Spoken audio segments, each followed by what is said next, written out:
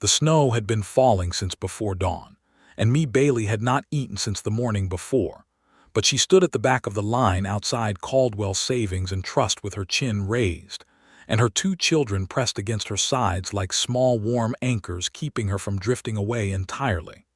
It was December of 1882, and the town of Caldwell, Kansas sat at the edge of the Kishom Trail like a town that had seen too much and forgiven too little. The cattle drives had slowed with the season, but the town still breathed with the stubborn life of a place that refused to be merely a waypoint.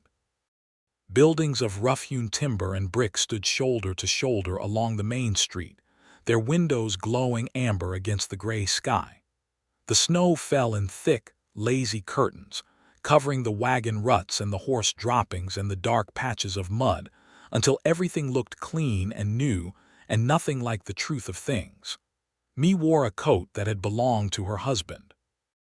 It was too large across the shoulders and smelled faintly of him still, of tobacco and cedar, and something warm and particular that she had stopped trying to name, because naming it made the loss too precise.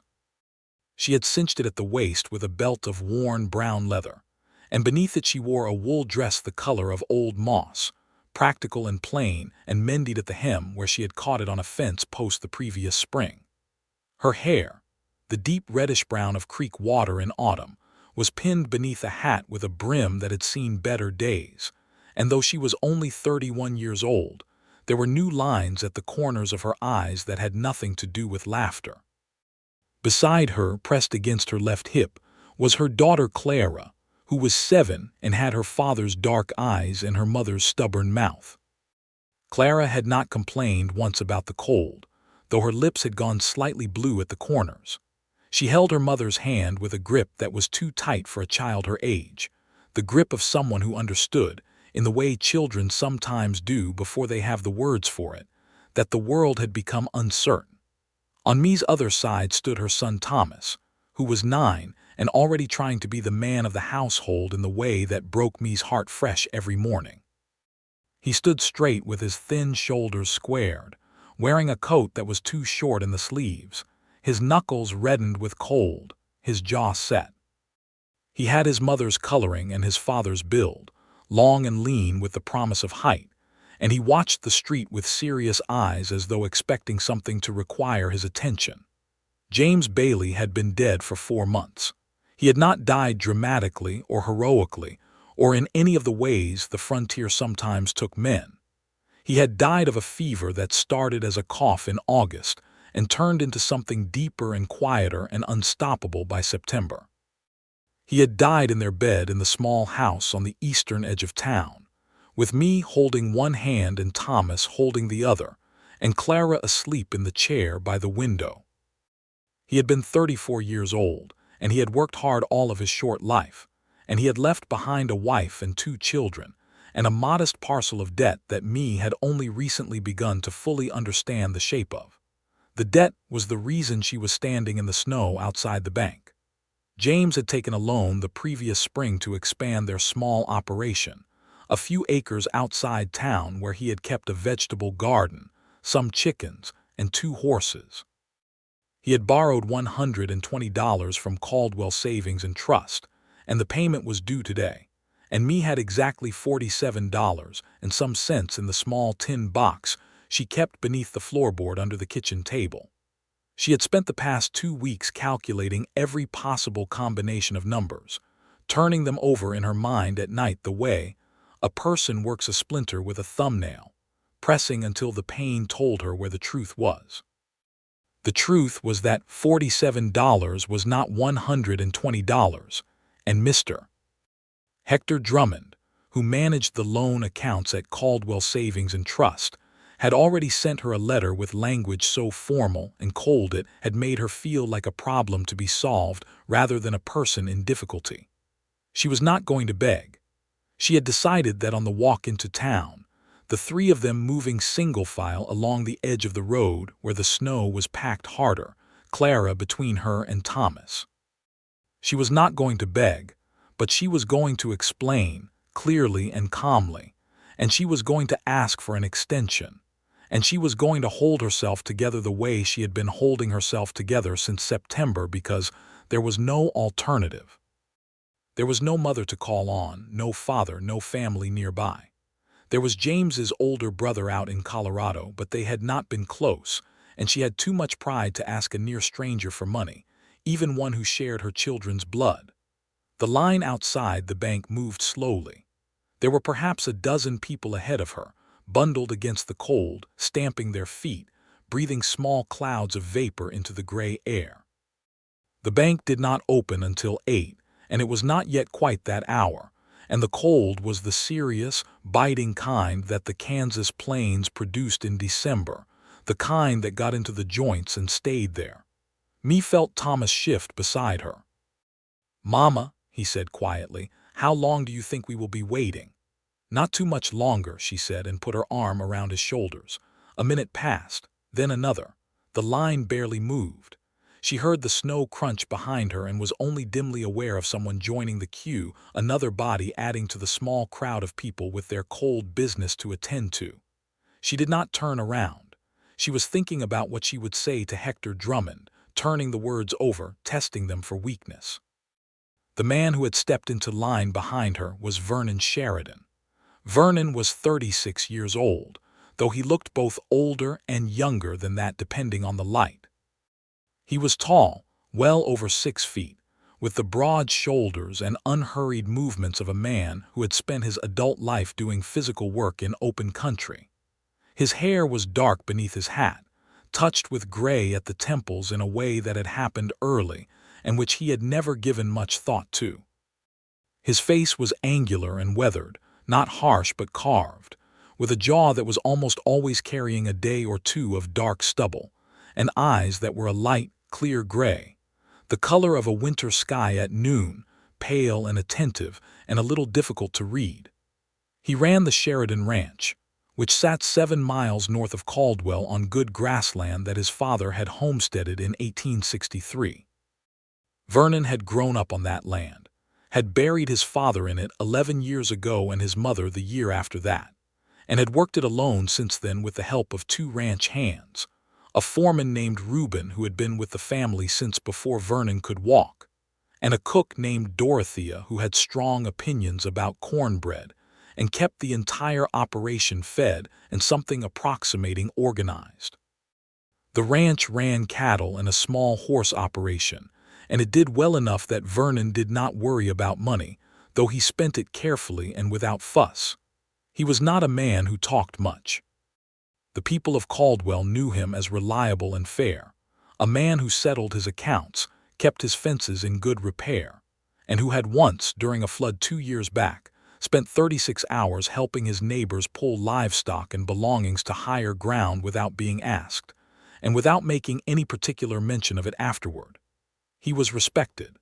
He was, in the way of certain quiet men, slightly lonely in a way that had accumulated so gradually he had almost stopped noticing it. He had come to the bank to deposit the proceeds from a recent sale of stock, a routine piece of business he had meant to attend to earlier in the week, but had delayed because of ice on the roads. He had not expected the line to be this long, but he was not a man who was easily irritated by waiting. He settled into place behind the woman in the too large coat and the 2 children, and reached into his coat pocket for his bank papers, reviewing the figures with the same steady attention he gave to everything. Then Clara Bailey looked up at him. Children had a directness about them that most adults had been trained out of, and Clara exercised it fully. She looked at the tall man with the pale eyes standing behind her mother and said, without any particular preamble, "Your hat is very big." Vernon looked down at her. Something moved in his expression, quiet and quick. "It is a practical size," he said. Clara considered this with great seriousness. "My papa had a hat," she said. "He left it on the peg by the door. Mama does not move it." There was a brief, weighted silence.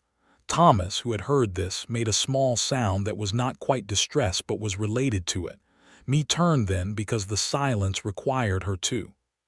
She looked at the man behind her and then at her daughter, and something in her face that had been composed and careful shifted slightly, the way ice cracks before it breaks, though she did not let it break.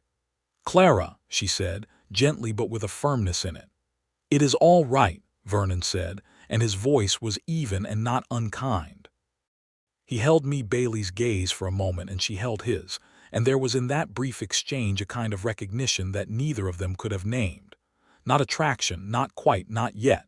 Something more like the awareness of another person as a real person, full and suffering and present, rather than simply a figure in a line. "I apologize," Mae said. "There is nothing to apologize for," he said. She turned back around. The line moved 3 steps forward. Vernon stood quietly and did not make any further conversation, and Mae was grateful for that, because she did not have the capacity for it. She was running through her numbers again, pressing on that splinter. She had $47. She needed 120. She had 12 laying hens and 2 horses and a small garden plot that was currently under 8 inches of snow. She had a house she rented for $4 a month. She had her own 2 hands and a determination that had not yet found its proper channel. Thomas said, "Mama, Clara is shaking." Mae looked at her daughter. Clara was indeed trembling, a fine constant shiver that she had clearly been concealing, her teeth pressed together. Mae knelt down in the snow, heedless of the wet against her knees, and rubbed her daughter's arms briskly through the coat. "Why did you not say something?" she murmured. "I did not want to make a fuss," Clara said, which was such a precise echo of things Mae herself had said that it twisted in her chest. Mae straightened and looked at the line ahead of them. There were still 8 people. The bank door had opened, but people were moving through it slowly, one at a time. She pulled Clara in front of her and wrapped both arms around the small body, her own coat open around them both like a tent. "Here." Vernon had moved forward slightly, and without any dramatic gesture, without asking or announcing, he had produced a folded wool scarf from somewhere in the depths of his coat and was holding it out, not to me, but to Clara. It was plain dark gray, and it was very warm, and he was offering it in the manner of someone who considered this a straightforward problem with a straightforward solution. Mae looked at the scarf and then at him. "She is cold," he said simply. "I cannot take your scarf," Mae said. "You are not taking it. She is borrowing it," he said, and there was the faintest possible suggestion of something at the corner of his mouth that did not quite become a smile but had its structure. "I have a coat. I will manage." Mae looked at him for a moment longer, and then the practical part of her, the part that had been carrying everything alone for 4 months, overruled the prideful part, and she took the scarf and wrapped it around Clara's neck and shoulders with quick, practiced hands. "Thank you," she said. "It is nothing," he said.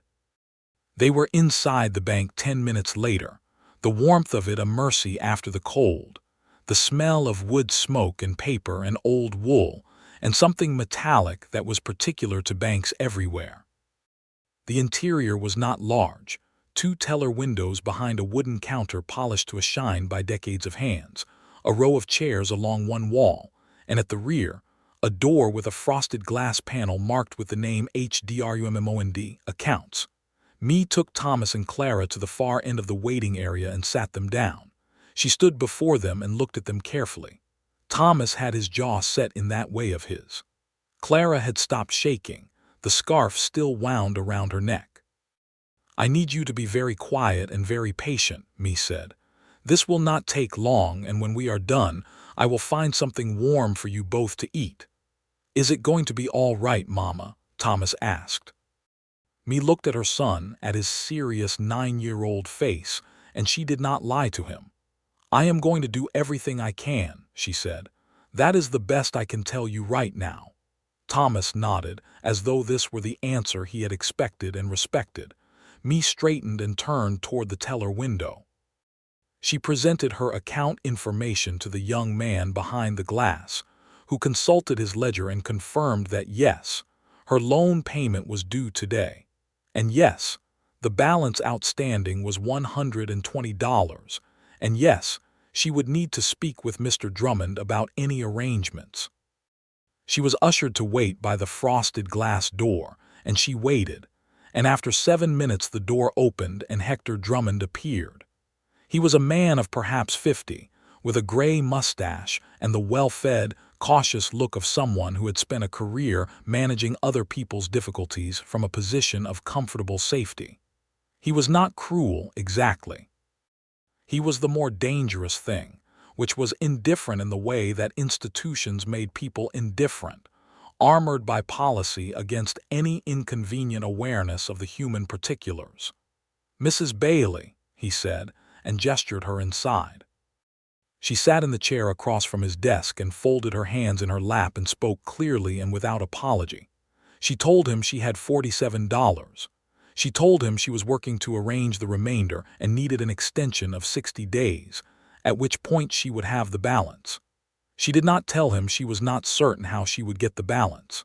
She had plans, several of them, none of them entirely solid, but she was not going to tell Hector Drummond about the uncertainty.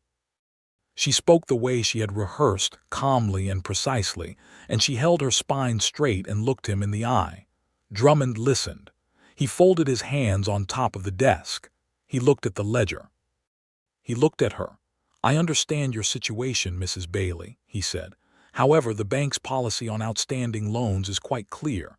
A payment of the full balance is required by today's date. The terms were agreed to by your late husband, and the obligation does not dissolve with his passing." "I know that," Mae said. "I am not asking for it to dissolve. I am asking for 60 days. "I'm afraid that is not something the bank can accommodate," Drummond said. "We have made provisions in the past, and found that extensions complicate the ledger considerably. If you are able to make a partial payment today, I can note that, but the balance will begin to accrue a penalty interest of 2% monthly beginning today." Mae felt the heat rise up the back of her neck, and she pressed it down. 2% monthly, she repeated.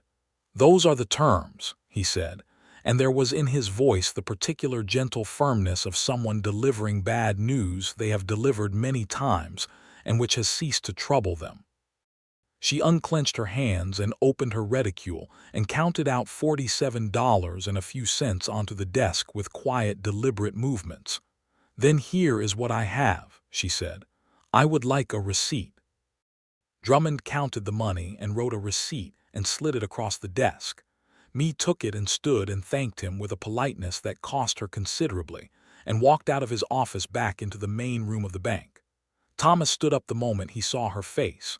"Mama." She picked up her reticule and looked at her children and breathed slowly in and out through her nose. The numbers in her head had rearranged themselves into a new and worse configuration.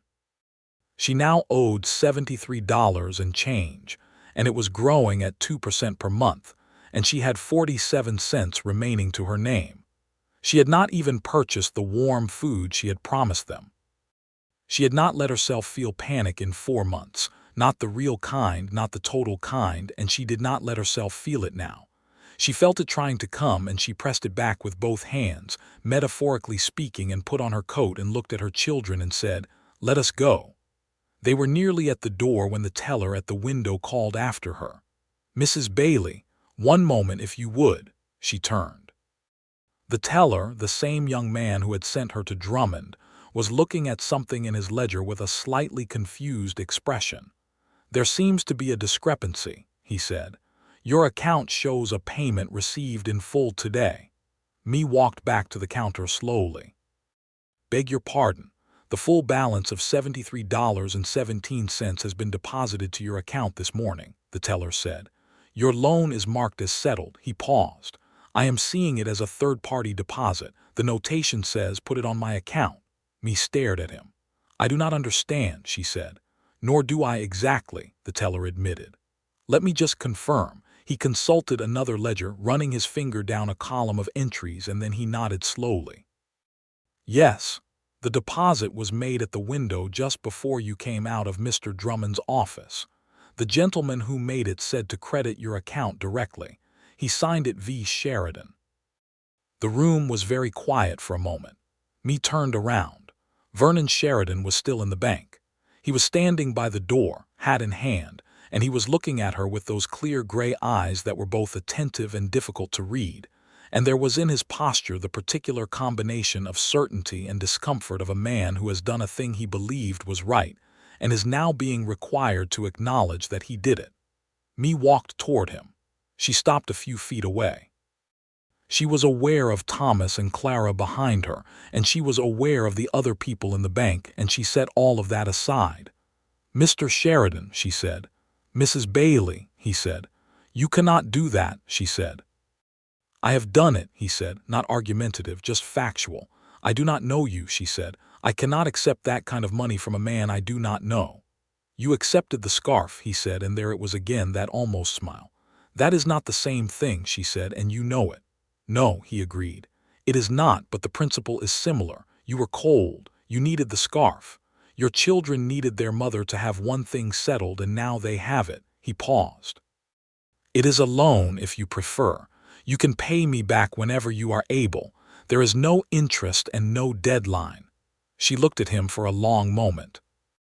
She was looking for condescension or pity or something she could be properly angry at, and she found none of it. What she found was a straightforwardness that was so genuine it was almost more disarming than kindness would have been. "Why?" she asked. He seemed to consider this genuinely, as though it deserved a genuine answer. "Because you needed help," he said, "and I was standing behind you and I was able to give it." Clara had come to stand beside her mother and was looking up at Vernon with the same direct appraisal she had given his hat. "Are you our friend?" she asked. Vernon looked down at her. "I would like to be," he said. Mae's throat tightened in a way she refused to allow to become anything visible. She looked at this tall, quiet man with the gray-touched temples and the plain gray scarf now wrapped around her daughter's neck, and she made a decision, the way she made most decisions, quickly and from the gut, and then committed to fully. "Then you will come to supper," she said. "Friday.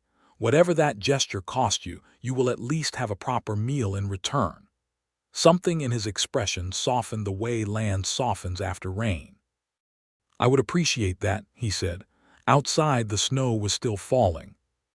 The three Baileys walked home through it, and Mae held both her children's hands, and she did not let herself think too far ahead. But the panic that had been pressing at the edges of her all morning had drawn back, just a little, and in its place was something quieter and less familiar, the very early stirring of the belief that perhaps not everything was lost. Vernon Sheridan walked to his horse, a large bay named Conductor, and stood with his hand on the saddle for a moment before mounting.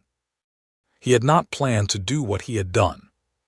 He had been in line behind her, and he had heard Clara say that her papa had left his hat on the peg by the door, and he had watched this woman hold herself together with the particular courage of someone who has no other option, and something in him had simply decided. He was not a man who acted impulsively. He had, in fact, made rather a reputation in the county for being deliberate and measured. But there were moments when a person's entire understanding of what they were supposed to do became suddenly and completely clear, and this had been one of those moments. He mounted Conductor and turned north toward the ranch, and the snow swallowed the sound of his horse's hooves, and the town of Caldwell diminished behind him. Mae spent the 2 days before Friday in a state of productive anxiety. She cleaned the house from floor to ceiling, which it needed, and she planned the supper with the same strategic attention she had given to her calculations at the bank, accounting for what she had, what she could trade for, and what she absolutely needed. Dorothea, the ranch cook whose reputation extended well into town, had given me her cornbread recipe the previous summer at a church social, and Mae had memorized it. She made a pot roast with the last of the potatoes from her root cellar, a pan of cornbread, stewed apples from the jar she had put up in October, and a dried apple pie that she considered, privately, her best work. Thomas helped her set the table with the good cloth and the 2 candles they had been saving. Clara arranged the silverware with enormous concentration, getting the placement exactly right, and then readjusting it 3 times. Mae watched them and felt a complicated tenderness, the kind that had pain in it because it was so acute. Vernon arrived at 6 o'clock exactly, which told her something about him. He came to the door with his hat in his hand and a small bundle wrapped in brown paper, which turned out to be a pound of coffee, good coffee, not the chicory blend that was all Mae had been able to afford lately. He handed it to her with the same matter-of-fact quality he had given the scarf, as though it were simply a reasonable response to a set of circumstances. "You did not need to bring anything," she said. "I was raised that you bring something to someone's table," he said. "My mother's rule." She put the coffee on the shelf and showed him in, and there was an initial awkwardness. The way there always is when people who are strangers attempt domesticity, but it eased faster than she expected. Vernon was good with the children in a way that was not performed or effortful. He sat where Thomas indicated he should sit, which was at the seat to the right of the head of the table, and he answered Clara's questions about the ranch with the same attentive directness he had given her observation about his hat. Thomas, who had decided before Vernon arrived that he did not need anyone inserting themselves into their household, thawed by the end of the first course, helped along by Vernon's genuine and unhurried answers to his questions about horses. "Conductor is 15 hands," Vernon said, and opinionated about weather. "He will refuse a trail if he thinks conditions are wrong, and he has been right often enough that I let him decide." Thomas considered this with the gravity of a boy forming opinions about horsemanship. "How do you make a horse trust you enough to follow you anyway, even if it wants to refuse?" Vernon looked at him steadily. "You earn it," he said, "over time. You do not demand it. You prove to the horse again and again that your judgment is worth following, and you stay consistent. Horses are good judges of consistency." Thomas nodded slowly as though filing this away. Me at the head of the table was watching Vernon and feeling something she had not been prepared to feel, which was interested. Not charmed, not swept away, just quietly, genuinely interested. He was not the kind of man who filled the room with himself. He left space in a conversation, which was rarer than it should have been. After supper, after the children had been persuaded to bed with considerable negotiation from Clara and minimal protest from Thomas, Me poured 2 cups of coffee with the pound Vernon had brought, and they sat at the table across from each other with the candles burning low. The house was quiet and warm, and the snow tapped lightly at the window. "I want to talk about the money," she said. "Properly." "All right," he said. "I have plans," she said. "Concrete ones. I have been looking into taking in mending work from the dressmaker on 2nd Street. And Mrs. Albright at the hotel has indicated she needs help with laundry twice a week. By March I should be able to save adequately, and by summer, if I sell the second horse, I can have the full amount back to you." He listened to all of this without interrupting. Then he said, "That is a considerable amount of work for one person who is also running a household and raising 2 children." "I am aware of that," she said. "I am not asking your opinion of it." He was quiet for a moment. "No," he said. "You are not. I apologize." He drank his coffee. "I only meant to say that you do not need to hurry. The offer stands as it was made. No interest, no deadline, pay it back when you are able." "I prefer a clear arrangement," she said. "Then we have one," he said. "Whatever terms make you comfortable." She looked at him across the candlelight. "You are not what I expected," she said before she had thought about whether to say it. "What did you expect?" he asked, and he was genuinely curious. "I am not entirely sure," she admitted. "Something more complicated, perhaps, or something with a condition attached to it." "There is no condition," he said. "No," she said. "I can see that." She turned her coffee cup in her hands. "My husband would have liked you, I think. He respected plain dealing." There was a gentleness in the following quiet that did not press on the grief in it. "What was his name?" Vernon asked. "James," she said. "James Thomas Bailey." "Thomas is named for him. He sounds like a good man." "He was," she said, simply and without decoration, and that was that. Vernon left at 8:30, which was appropriate, and he shook her hand at the door, which made her smile slightly only after she had closed it. She stood in the hallway for a moment and listened to the house, and then went to do the dishes. He came back the following week, not for supper but to ask if she needed firewood. She did need firewood. She was running low, but she had been planning to buy it, and she said so. He said he had a surplus from a tree that had come down on his south pasture, and would she be willing to accept the surplus? She looked at him in the doorway for a moment and then said, "If you are determined to find practical reasons to help, I am not going to exhaust myself resisting all of them." He split the wood and stacked it against the side of the house, and declined the cup of coffee she offered, but accepted a piece of leftover cornbread.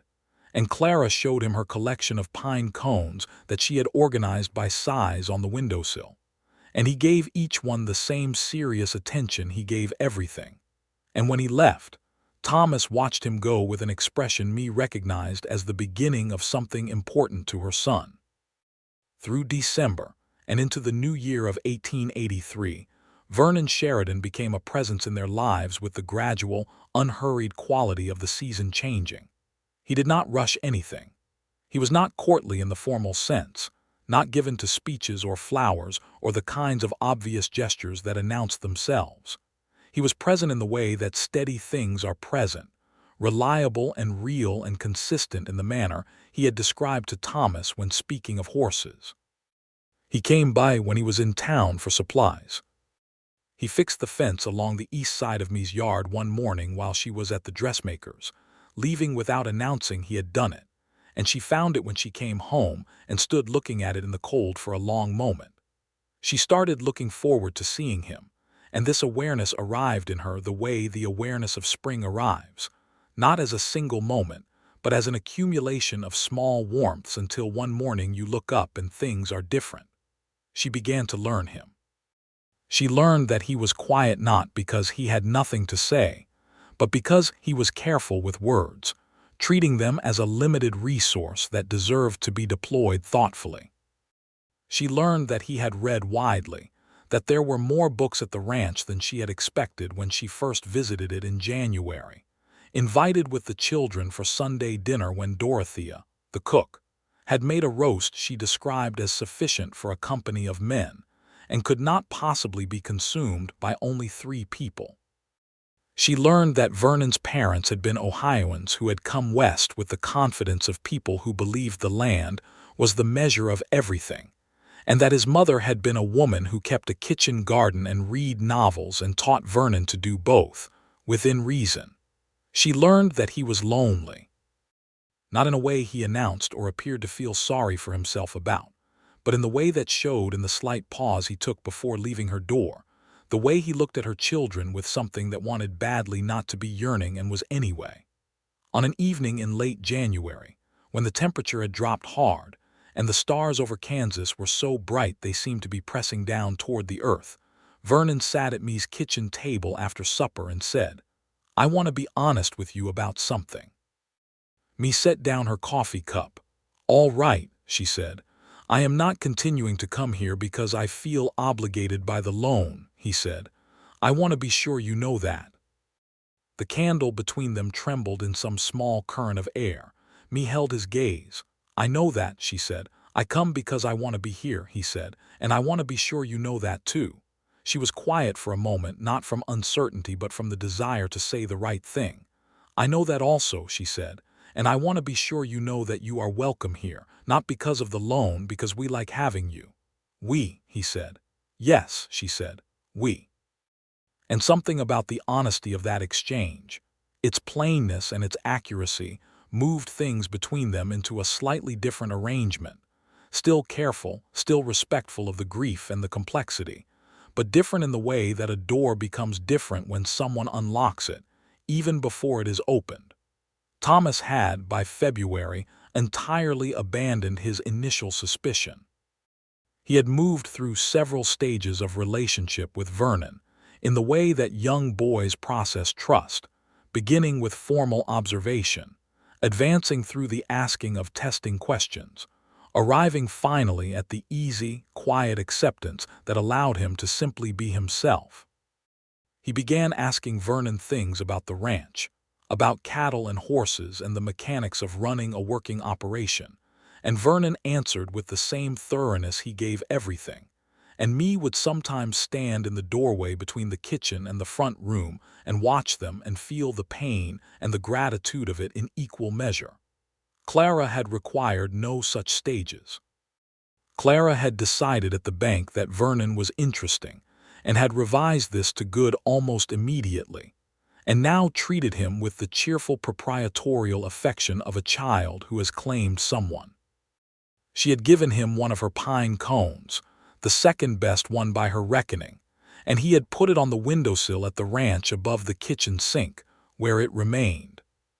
February brought a cold spell bad enough to freeze the pump at Me's house, and Vernon rode in at 7 in the morning with tools and fixed it before she had finished making breakfast. And they ate together in the warm kitchen while ice cracked and shifted outside, and the ordinary domestic quality of it, the plates and the steam and the sound of children waking upstairs, settled around them like something that already belonged. "Vernon," she said, using his first name, which she had started doing by then, "can I ask you something direct?" "You generally do," he said. "Why have you not remarried?" she asked. "You are a good man, you have a solid operation, you are, from what I understand, well regarded. There are women in this county who would not need much persuading." He was quiet for a moment, turning his coffee cup in that way he had. "There were opportunities," he said. "After my parents passed, there were women whose families indicated an interest. I went to dinners. I was not inclined to marry because it was practical and expected, and I was not willing to pretend otherwise. It seemed unfair." He paused. "I waited for something that felt true." Me looked at him across the table. The morning light was coming through the kitchen window at a low winter angle, and it fell across his face in a way that showed the lines around his eyes, the gray at his temples, the calm that was not blankness but depth. "Has it felt true?" she asked, and the question was quiet and careful and held everything in it. He looked at her steadily. "Yes," he said. "They did not rush it. Both of them were, by nature and by circumstance, careful people who had learned the cost of things going wrong, and both of them, in their different ways, wanted to do this rightly. But after February, things were acknowledged between them, not in the form of declarations, but in the form of a mutual awareness that was present in every exchange, in the way he looked at her when she said something that delighted him, in the way she reached for the door of the barn when they were walking, and their hands arrived at the same moment, and neither of them pulled back. He began coming to Sunday dinners at her house as a regular matter. Thomas and Clara understood that something was happening, in the way that children understand the atmospheres of houses, and Clara's response was to be aggressively pleased about it, and Thomas's response was to be privately glad about it while maintaining the dignity of a 9-year-old who had mixed feelings about change. The moment that shifted things decisively happened in March, on an evening when the snow had finally begun to soften at the edges, and the first suggestion of something warmer was in the air, though it was still cold enough to see your breath. Me had been carrying a load of laundry in from the line, moving quickly in the fading light, and had slipped on a patch of ice near the back steps.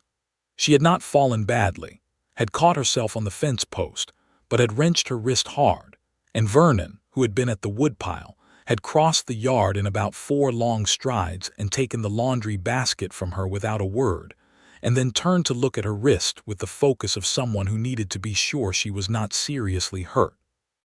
He took her wrist in both his hands and examined it carefully. His hands were large and calloused from the work of his life, and they were very gentle.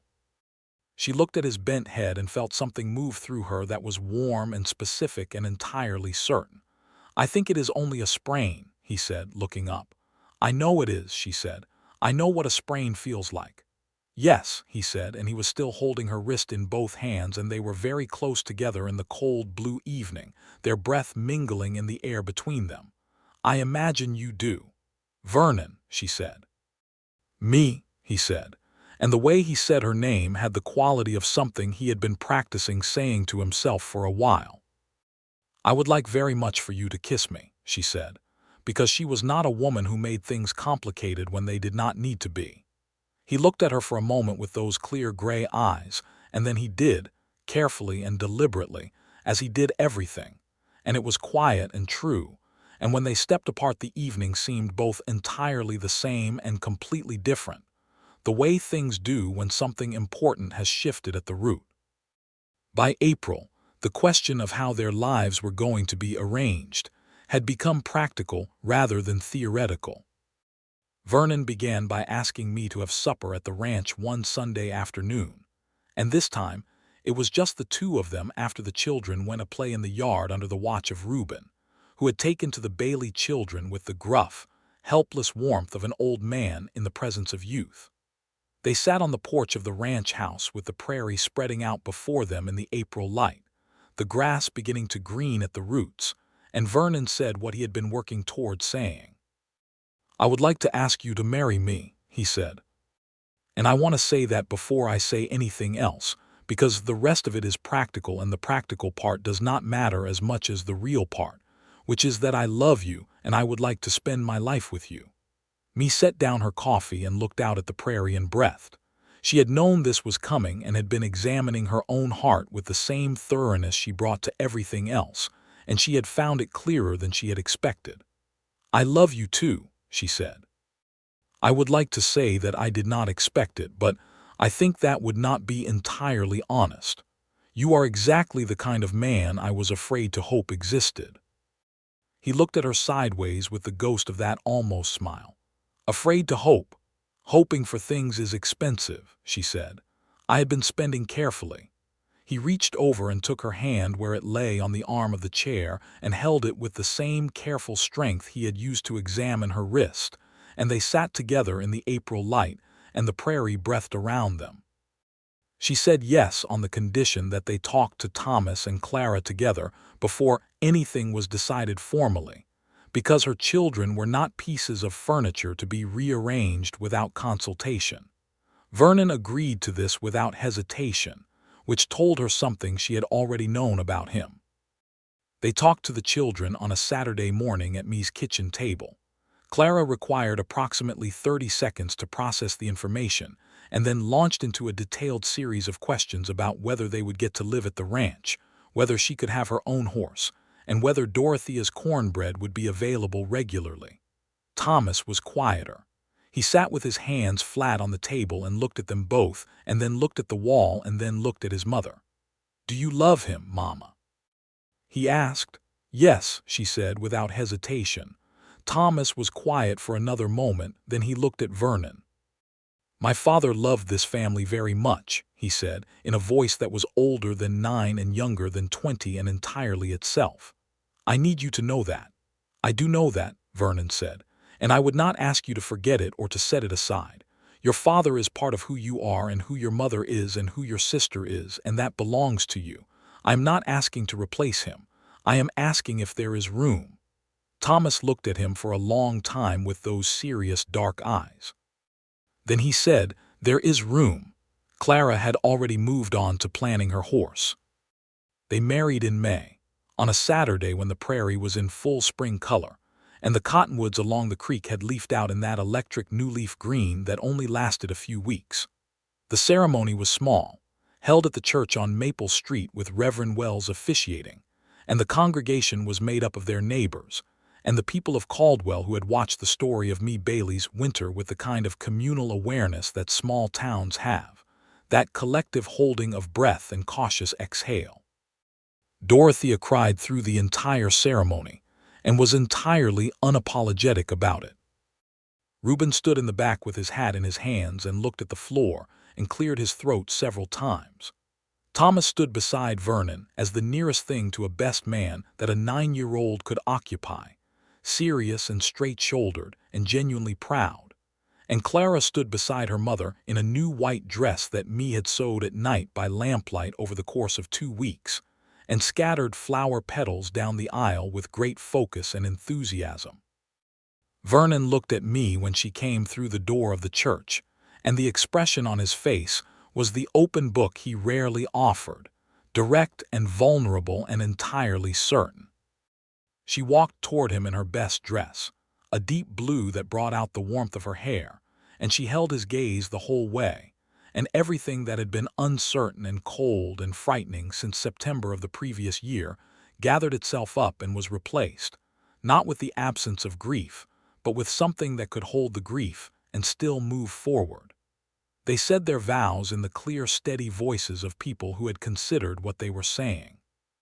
The celebration afterward was at the ranch, which Dorothea had turned into something more festive than it had ever been in Vernon's memory, with tables set out in the yard, and enough food to justify Clara's enthusiasm about future cornbread access. The town came and ate and drank, and talked with the particular warmth that good occasions produce in communities that have seen their share of hard ones, and me moved through it with her hand on Vernon's arm and something in her face that was new, that was ease. At one point in the afternoon, me found herself standing by the fence at the edge of the yard with a cup of punch, just for a moment on her own, looking out at the prairie and the sky, and the way the spring light lay across the long grass. She was thinking about James, because she always would, and she was thinking about the bank in December and the snow and the $47, and she was thinking about the way a single moment of unexpected kindness could become the pivot on which an entire life turns. Vernon appeared beside her. He had a way of knowing where she was and coming to stand near her without making any particular production of it. "Are you all right?" he asked. "More than all right," she said. "I was just thinking." "About what?" "About the snow," she said. He nodded, understanding exactly what she meant.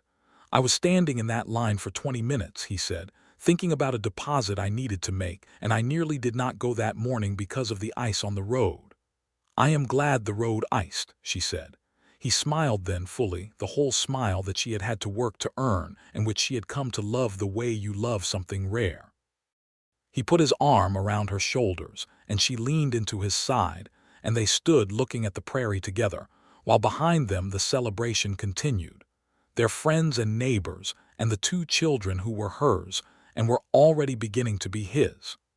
Caldwell moved through the spring of 1883 with the specific energy of a cattle town preparing for the trailing season. The Kishom Trail was still active, though talk in the saloons and feed stores increasingly held that the railroads were changing the routes, and that things would not be the same for much longer.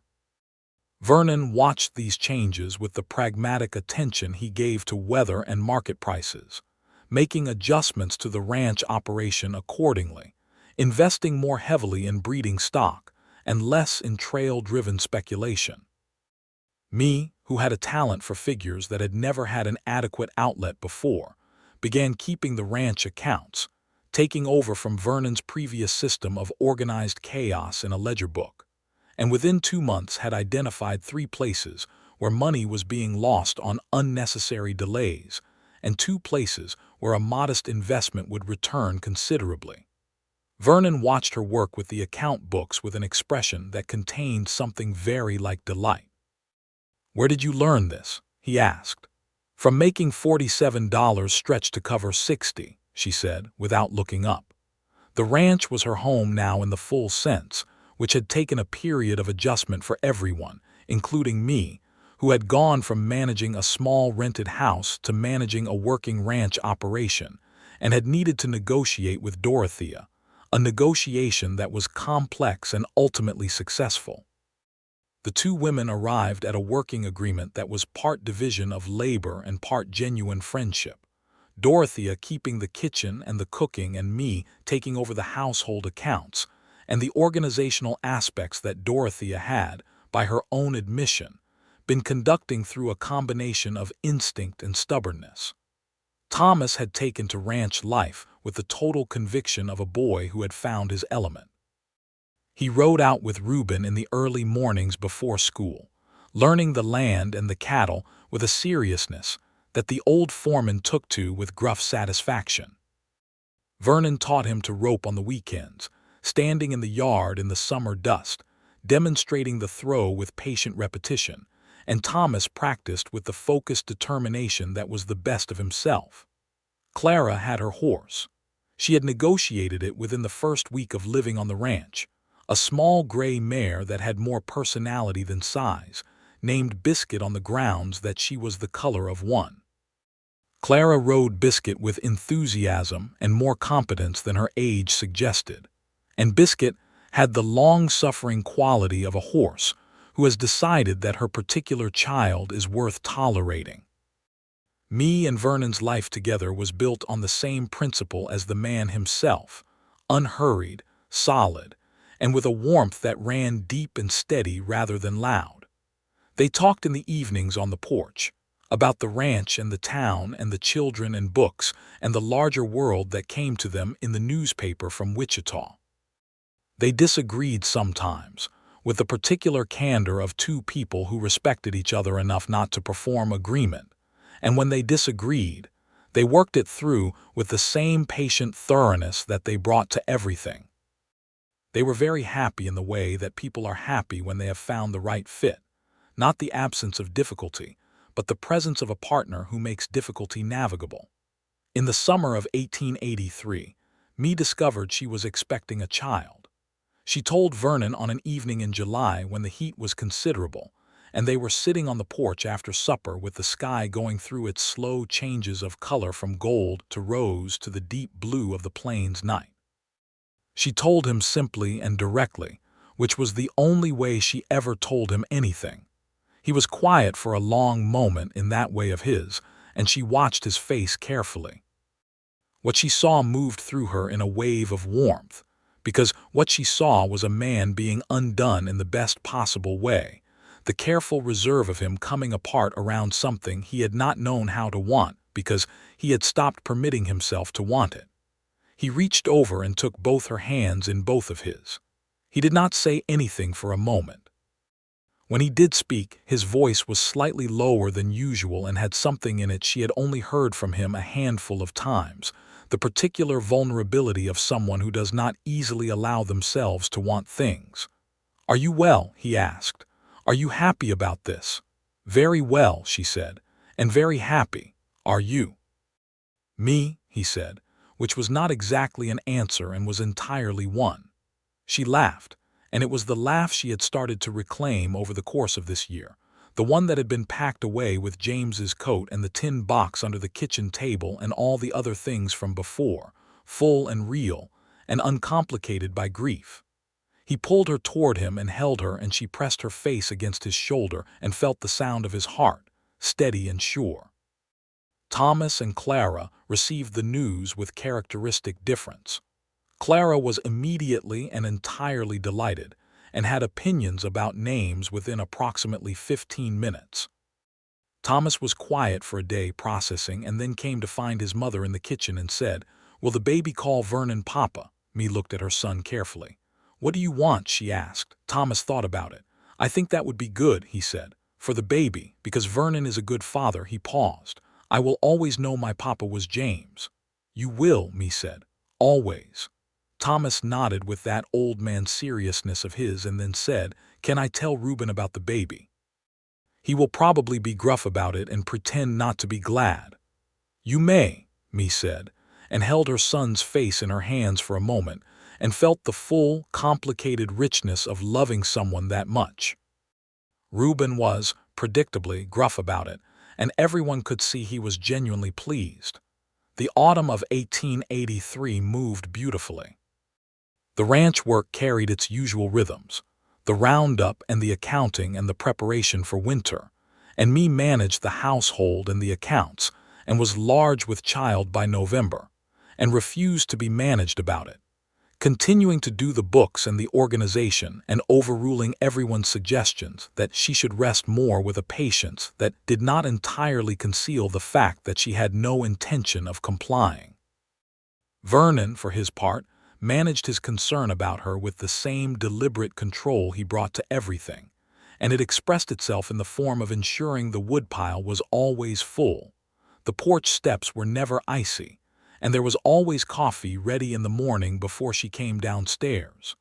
She found this endearing in a way she did not always tell him, though she suspected he knew. The baby was born in the first days of December. Almost a year exactly from the morning Mae had stood in the snow outside Caldwell Savings and Trust with $47 and two cold children. He was born in the early morning while snow fell outside the bedroom window, delivered by Dr. Harold from town, and he was a healthy and emphatic boy who made his presence known immediately with a set of lungs that impressed everyone in the house, including Dorothea, who had delivered opinions on this child for 9 months and seemed personally vindicated by his arrival. They named him William James Sheridan. William for no particular reason except that it had the right weight to it, and James for the father who had left his hat on the peg by the door.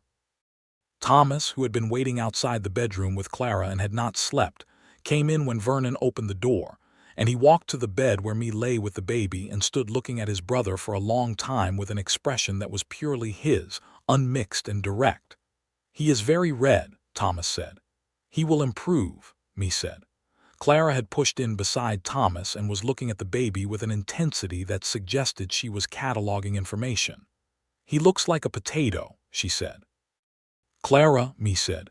"A very nice potato," Clara said. Vernon, standing at the foot of the bed, made a sound that was definitely a laugh. It was a good sound, warm and genuine, and Mae looked at him over the heads of the children and over the top of the baby's red and emphatic face, and something in the exchange between them was the fullest thing she had ever felt. The winter settled in around the ranch. The snow came properly in January, the deep flat kind that covered the prairie in a long silence, and the ranch pulled inward into its warm self, with fires and lamplit evenings and the baby William growing by the day and developing opinions about everything, including sleeping schedules, which he held with great conviction. Me, nursing William and managing the books and watching Thomas come into himself on the ranch, had made peace with the year before in a way that did not erase it but gave it its proper place. James Bailey had been real and good and gone, and the grief of that was real and would always be real, but grief was not the whole of her, and this life she was building, that they were building together, was also entirely real. She thought often about the line at the bank in the snow. She thought about the moment Hector Drummond had told her in his gentle, institutional way that there was nothing to be done, and the moment the teller had called her back. She thought about turning around and seeing Vernon Sheridan with his pale gray eyes, and the almost smile, and the scarf that he had offered her daughter with the matter-of-fact kindness of someone who simply saw a problem and addressed it. It was, she thought, a remarkable thing, how a single act of uncomplicated generosity could become the seed of an entire life.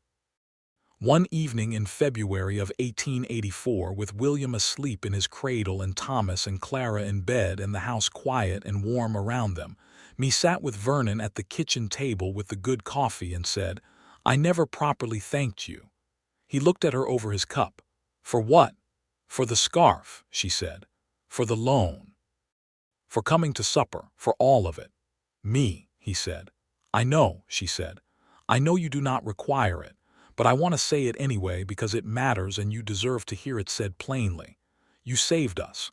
Not just the money, though the money mattered enormously and I will not pretend otherwise, but you saved us in the way that someone can save you by simply being steady and present and real when everything else is uncertain." He was quiet for a moment, and she saw that she had moved him, though he absorbed it in the quiet way of him, letting it settle rather than deflecting it. "You saved yourself," he said. "I was standing in the right place at the right moment. You were the one who had kept your children fed and clothed and warm and whole through 4 months of the hardest kind of difficulty. You were the one who walked into that bank in the snow and stood your ground and looked Drummond in the eye. I handed you a scarf and made a deposit. You did the rest." "We did the rest," she said. He looked at her across the table and she looked back at him, and the love between them was so present and so plain that it was almost a third thing in the room. "Yes," he said. "We." Spring came back around, the way it always does on the plains, arriving first in the quality of the light and then in the color at the roots of the grass, and then in the specific smell of thawed earth that is unlike any other smell in the world. The ranch woke up with the season, and Vernon and Reuben and the hands began the spring work, and Thomas was at Vernon's side for every piece of it that the school schedule allowed. Thomas had, by this point, resolved his interior, accounting about his stepfather in the thorough way he resolved everything. He called Vernon by his first name, which was how it had started, but there was between them the full quality of father and son, not diminishing what had been but adding to it, layering over the loss something solid and present and growing. Clara, at 8, was developing strong opinions about everything, including ranch operations, which she communicated to anyone who would listen. She had decided that Biscuit was underutilized and had begun petitioning for more riding lessons, which Vernon supported and Dorothea viewed with concern.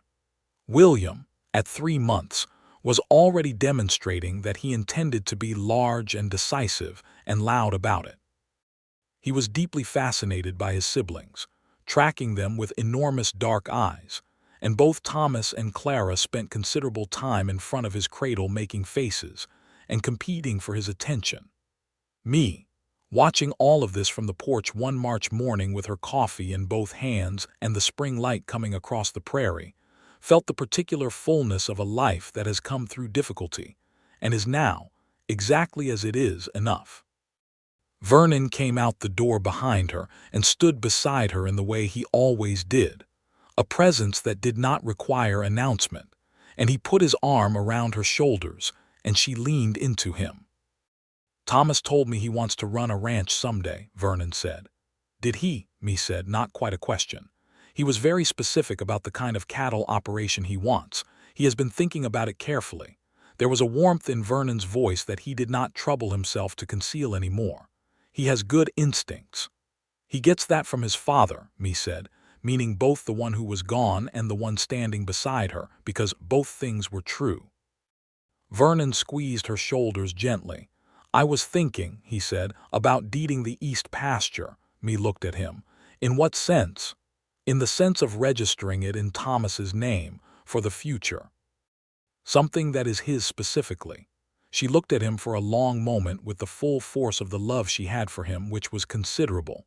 "You did not mention this before," she said. "I was thinking about it," he said. "I wanted to say it out loud to see how it sounded." "It sounds like you," she said. He looked at her with a slight furrow between his brows. "Is that a good thing or a bad thing?" "It is the best possible thing," she said. That summer, when the prairie was in its full heat, and the cattle were fat and the children were brown from the sun, and William was sitting up on his own and expressing strong views about solid food, Vernon registered the east pasture of the Sheridan Ranch in the name of Thomas James Bailey, to be held in trust until he came of age. He did it quietly, without ceremony, the way he did most significant things, and Thomas found out when Vernon handed him the deed papers at supper one evening and explained, briefly and plainly, what they were. Thomas looked at the papers for a long time. He was 10 years old and trying very hard not to cry, and he was not succeeding, and everyone pretended not to notice except Clara, who patted his arm in the manner of someone who has decided to be tactful and is working quite hard at it. "Thank you," Thomas said finally, in a voice that had the best of him in it, the courage and the feeling and the precise words. "Thank you, Vernon." "It is yours," Vernon said. "Earn it." Thomas wiped his eyes with the back of his hand and nodded and said he would, and the weight of that promise sat over the table for a moment before the supper conversation resumed, and Dorothea produced the cornbread, and William threw a piece of mashed potato at Clara, and the evening continued in the warm, ordinary way of evenings that are, in themselves, everything. In the autumn of 1884, Me found herself expecting again. She told Vernon on the porch in October, with the cottonwoods going to gold and the air carrying the first real cold in it, and his response was the same as before, which was to become quietly and entirely undone in the way she had come to love him for. He held her hands and held her gaze and said, "Are you well? Are you happy?" "Extremely," she said. "Good," he said, and then after a pause, "Clara will have opinions about this." "Clara has opinions about everything," Me said. "It is one of her finest qualities." Clara did indeed have opinions, including several about the name, which she presented as a formal list at the breakfast table the following morning, apparently having worked on it overnight. Thomas received the news with equanimity, and William, who was nearly a year old and not yet in possession of the relevant conceptual framework, banged his spoon on the table. The second child born to Me and Vernon Sheridan arrived in May of 1885, which brought things around in the most complete possible circle, a spring baby in the season of arrival and beginning. She was a girl, with her mother's coloring and her father's quiet manner, and they named her Ruth Eleanor Sheridan, and she arrived with the unhurried certainty of someone who had already decided the world was a good place. Thomas, at 11, received his sister with the seriousness of someone who understood that having 4 people to look out for was better than 3.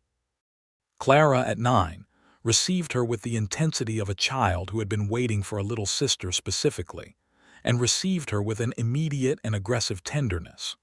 William, who was now old enough to understand approximately what a baby was, stood beside the cradle for long stretches looking at Ruth with enormous eyes, and occasionally attempting to offer her things, including a piece of cornbread, which Dorothea intercepted. Me lay in the bed on the evening of Ruth's birth with the baby at her breast and Vernon in the chair beside her holding her free hand, and the house was full of the sounds of children being marshaled to bed by Dorothea, and the fire was going and the spring evening was coming through the window in that particular May quality, soft and warm and beginning. "She has your eyes," Me said. "She has your chin," Vernon said. "Reuben will be terrible about her," Me said. "He will try to be gruff, and he will last approximately 5 minutes. Less," Vernon said. They sat in the comfortable quiet of 2 people who have built something real and know it.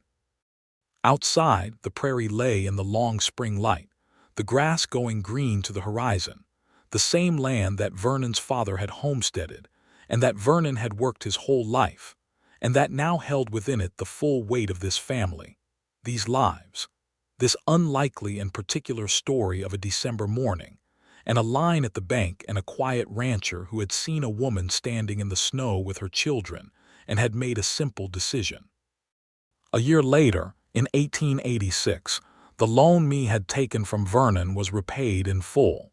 She had tracked it to the cent in the account ledger, which she had kept with the same meticulous precision she gave everything. She placed the final payment on the kitchen table one morning in front of Vernon, along with a receipt she had written out herself in her careful hand, just as Drummond had written her a receipt on that December morning years ago. Vernon looked at the money and then at the receipt and then at her. "I told you there was no deadline," he said. "And I told you I preferred a clear arrangement," she said. He smiled, the full smile, the one she had earned and had never stopped being glad to see. He folded the receipt and put it in his breast pocket over his heart, and he left the money on the table. "What will you do with it?" he asked. "I was thinking," Me said, "about expanding the East Pasture operation. Thomas has some good ideas about the cattle, and there is the adjacent parcel that Harmon has been trying to sell since last spring." Vernon looked at her with the gray eyes that were entirely open in the way he had learned to let them be with her, and the admiration and the love in them were equal parts. "You have been planning this," he said. "I am always planning," she said. They bought the Harmon parcel that summer.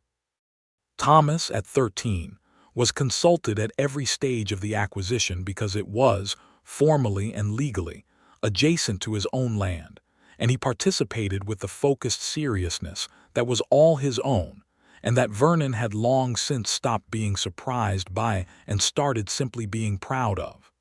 The Sheridan Ranch grew.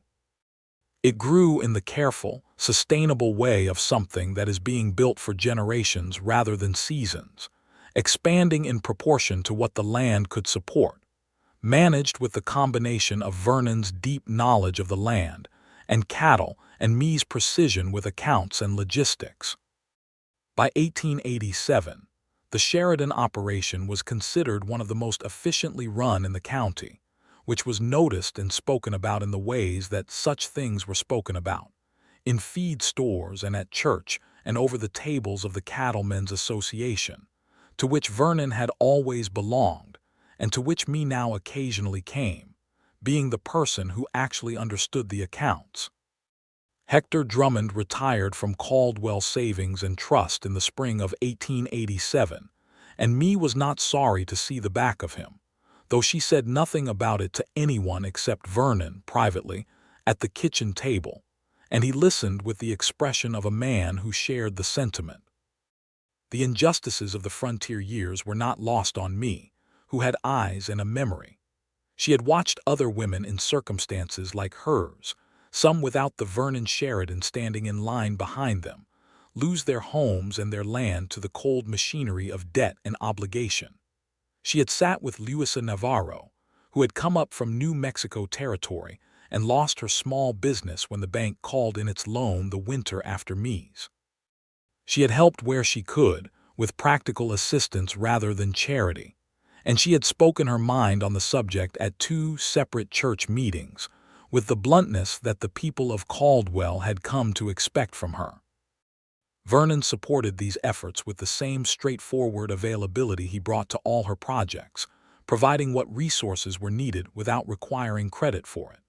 The prairie changed around them through the late 1880s, the cattle trail era fading as the railroads reshaped the landscape of commerce, and the long drives became something people spoke about in the past tense. Vernon had anticipated this and adjusted, and the Sheridan Ranch rode the change without serious disruption. Other operations were less fortunate, and Vernon and Reuben and the Hands did what they could for their neighbors, the same way they always had.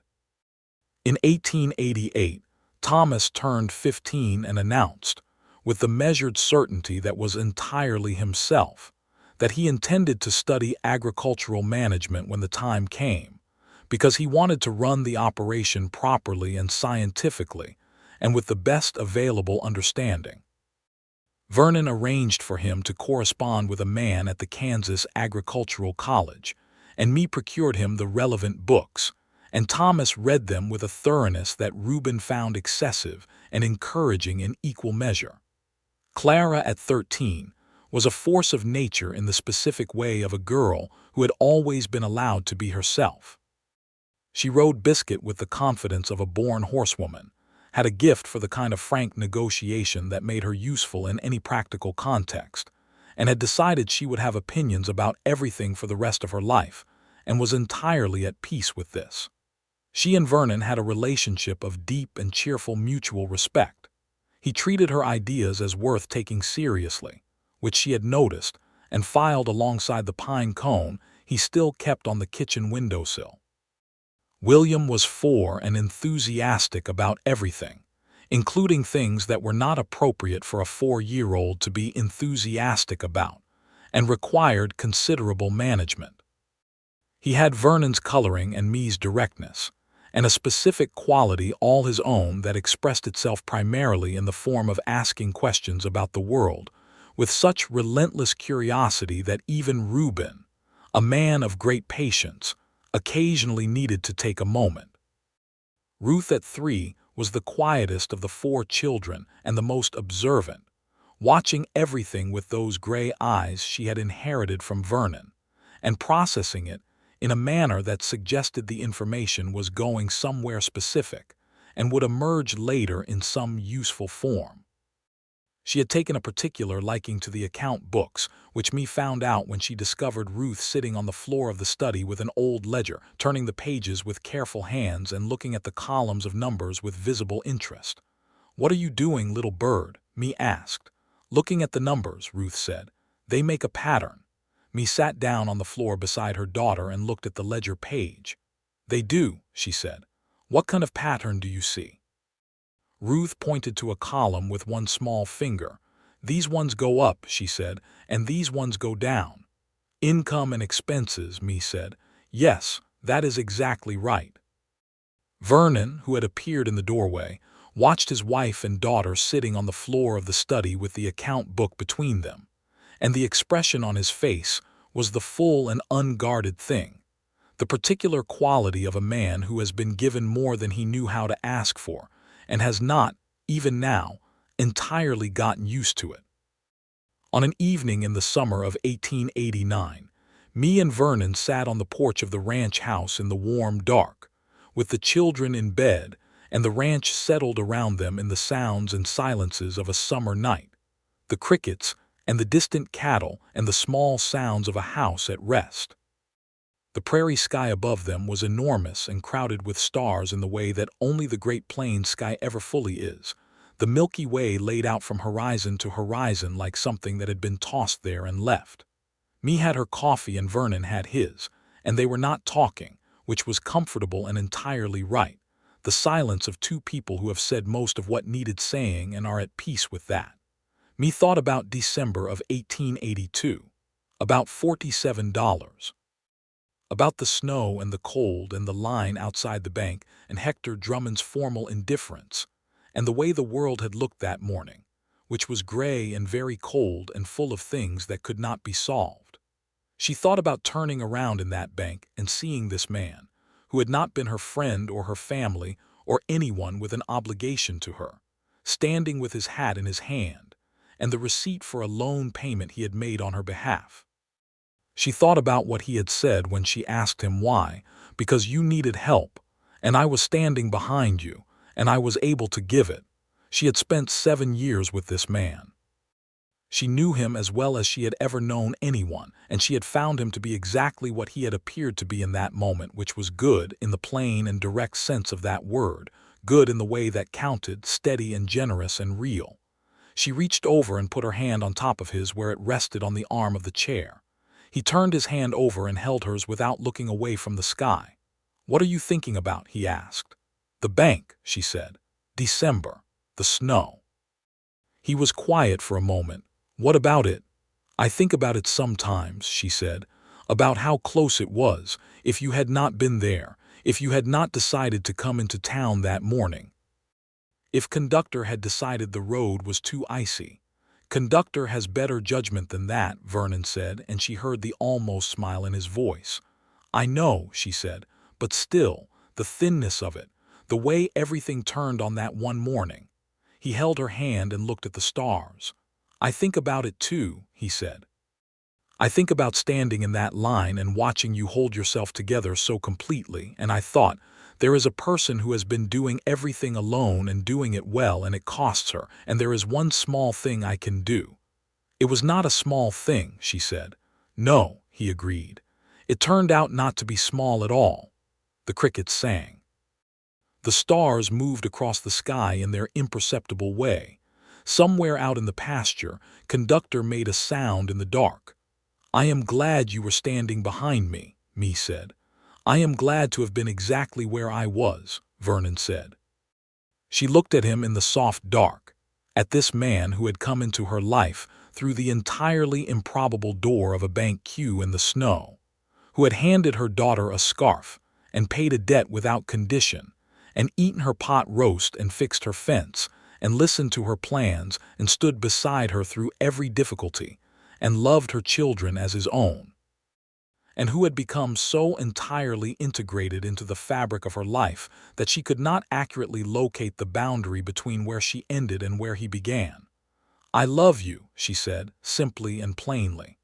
"I love you," he said the same, and the weight of it was not ornamental, it was structural. It was what the whole thing was built on. The night settled around them, warm and full of stars, and the Sheridan Ranch breathed in the summer dark, all its animals and buildings and people, all the children who were sleeping safely in their beds, and the two people on the porch who had found each other in the snow and decided, with increasing commitment, and then absolute certainty, to stay. The years came as years do, steadily and with their mixture of the difficult and the good, and they met them together, and they built what they had set out to build, which was not only a ranch and not only a family but something more complete than either. A life that had room for grief and love and the full weight of the past and the full promise of the future, held together by the kind of partnership that does not require speeches because it is present in every small thing, the coffee ready in the morning, the account books kept, the fence repaired, the scarf offered to a cold child in a December line, the simple and sufficient decision to be where you were needed and to give what you were able to give. Outside the window of the Sheridan Ranch house, in all seasons and all weathers, the Kansas prairie stretched in every direction to the long horizon, and the sky above it was always enormous, and the grass bent and rose with the wind, and the land held everything that had been given to it, all the years and the work and the love, with the patient faithfulness of land that has always understood that the things planted in it are the only things that last. Mae Bailey Sheridan set down her coffee cup and leaned her head against Vernon's shoulder, and the night held them both. And it was, in every way that counted, entirely enough.